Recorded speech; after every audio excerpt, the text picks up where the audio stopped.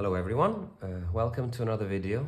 I know it's been a while, but work and family have kept me busy this past year, so I have prioritized other things. But I have never forgotten about this channel, so here we're again. And today I wanted to look at this brand new book from the Moebius estate, Arzak, Le Petit Pantheon, the little sanctuary. Right away, I have to say this book looks amazing. The fabric finish, the embossed cover with the film printed details in gold give it a real premium look. It looks fantastic. The book is 175 pages long and measures 25 by 32 centimeters in size. If you have any of the most recent catalogs from Moebius production, you will see that they are exactly the same dimension. The pages are matte, which make the prints slightly darker than what glossy pages would do, but I think that in this case they really match the overall package and finish well.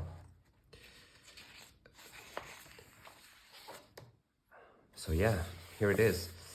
There is quite a bit to say about this book, but the first thing worth mentioning is that it is both in French and in English. And so when you see the pages, they are double language. And this seems to be a trend that Moebius Productions has been following for the past 5 years, starting with the Max Ernst catalog, which is in German and English, and also with the following one, Alla ricerca del tempo, which is in French and Italian. My opinion is that they came to realize that they can sell more books and just cover more markets if they take this approach. And I'm definitely happy about that. More importantly, Le Petit Pantheon is the first of a series of volumes dedicated to exploring Moebius' most famous characters. Each volume will be dedicated to a specific one, or as they have said in some cases, to a group of characters. I can only speculate who will be featured in the coming volumes, but I can imagine for sure Major Grubert and maybe Malvina being some of those, John Defoe from the Incal series, Stell and Atan, and even Blueberry as likely candidates. So really excited to see what they will be publishing next. Back to the book. Well, the big question for me was, is this worth buying? If I'm a collector and already have an extensive Moebius library, what makes this book stand out? And let's be clear, if you're new to collecting Moebius and you're realizing how difficult and expensive it is to get your hands on his work and his material, then you should absolutely buy this book. But personally, I have over 40 books in my Moebius collection. So for me, it is important to look at this in context and to compare it to whatever else is out there, of course. The most obvious way to evaluate this is, of course, to ask how much of the art contained in this book is already in other books. Is there anything new here? And of course, this depends on what you already own. So let's get to it and get some dust off of my collection pieces. Okay, so Le Petit Pantheon takes art from all of the following. Arzak, the Surveyor, Visions of Arzak, 40 Days in Desert B, the most recent catalogs from Moebius production, Alla ricerca del tempo, and the Max Ernst one. Top of that, it also takes art from The Art of Edena, made in LA, and Starwatcher, which I do not own, but I do have its older brother here, which, if you did not know, is identical to Starwatcher. This is The Memory of the Future. I have the Italian edition here. This is identical to Starwatcher and also quite a bit cheaper if you're looking for it. Starwatcher is basically the reprint of this book, to which it then added 20 pages at the end as the Starwatcher chapter. And most of that chapter ended up in Le Petit Pantheon. Okay, so let's get these out of the way now. And back to our book.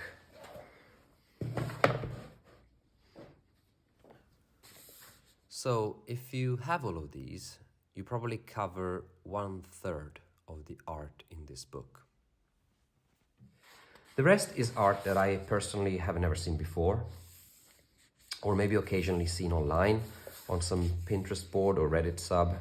So for me, this is definitely a good balance and shows that the people behind it put some real effort into making this book valuable from an art variety standpoint. But this book aims to be more than just an art book.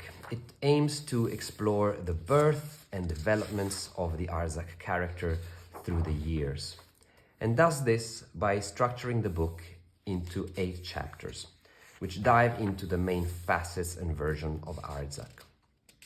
From its origins during the heavy metal magazine years, to Starwatcher, to the shaman in 40 Days in Desert B, Ark-the-one, the reptilian alien with a pointy hat, and lastly to Arzak the Surveyor, which has never been published in English, and which is the first chapter in a trilogy left incomplete by Moebius right before his death.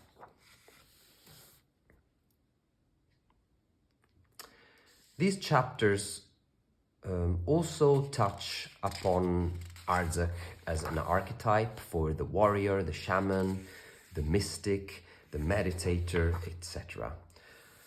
And here is really where the book leaves me wanting for more, to be fair. In total, there are around 15 pages of text for the whole book. Some are full pages and some are not. And of course, let's not forget that when you get to a full page of text, it is the same text repeated twice in French and English. But regardless, a lot of this text has been seen before, especially in the original Arzak preface, the afterwords of Arzak the Surveyor, and especially in the Max Ernst catalog, which has been extensive in terms of research and exploration of the characters, of his life as an artist, and all of that. It's really, really extensive. And even, for example, in 40 Days in Desert B, where it talks about the metamorphosis aspects of Arzak, a recurrent theme that we see in Moebius' work. But in this book, they only take pieces of all of this. There are some interview snippets here and there, but I think, honestly, they could have done much more in terms of making this book insightful and give us a bigger picture of the character.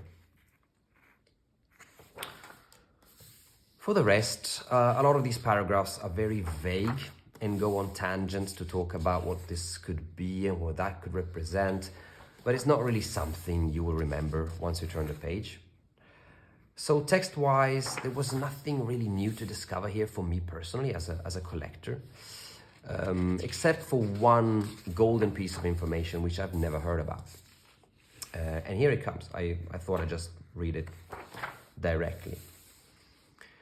In 2004, Moebius gave Arzak a voice in a series of short animations called Arzak Rhapsody. In 2008, the Japanese company Kurosawa invited Moebius to direct an animated movie, which he envisioned as a sequel to Arzak's adventures. Unfortunately, the project was halted due to the economic crisis. But when Ridley Scott approached Moebius in 2010 to collaborate on a live-action movie, Jean, Moebius of course, used his abandoned script for the movie and adapted it for the big screen. After developing the plot, clarifying the dialogues, and fine-tuning the ending with Moebius production, Jean sent her script to Ridley Scott. However, frustrated with the lengthy validation process that is typical in the film industry, he decided to take matters into his own hands and transform the story into a comic book. This was the only medium in which he felt he had complete creative control, and it allowed him to fully express his vision for the project. The result was the Arzak trilogy, with the first volume, Arzak the Surveyor, published in 2010. Now, this is what I like to find. I love to find stuff like this in a book, especially in a Moebius book. Actual insight into his work and life, snippets of the creative process that give me a window into what goes on behind the scenes in his life as an artist. This specific aspect has always been something I craved when purchasing his books, so I was really looking forward to Le Petit Pantheon revealing so much more than what I already knew as a fan and a collector. Still, if you're not a Moebius collector like me, then you might find more new information than what I did. So I guess it, of course, depends on what your nerd level is. But yeah, so here we have it. I'm gonna finish shuffling through these pages. I think you deserve to see the whole thing.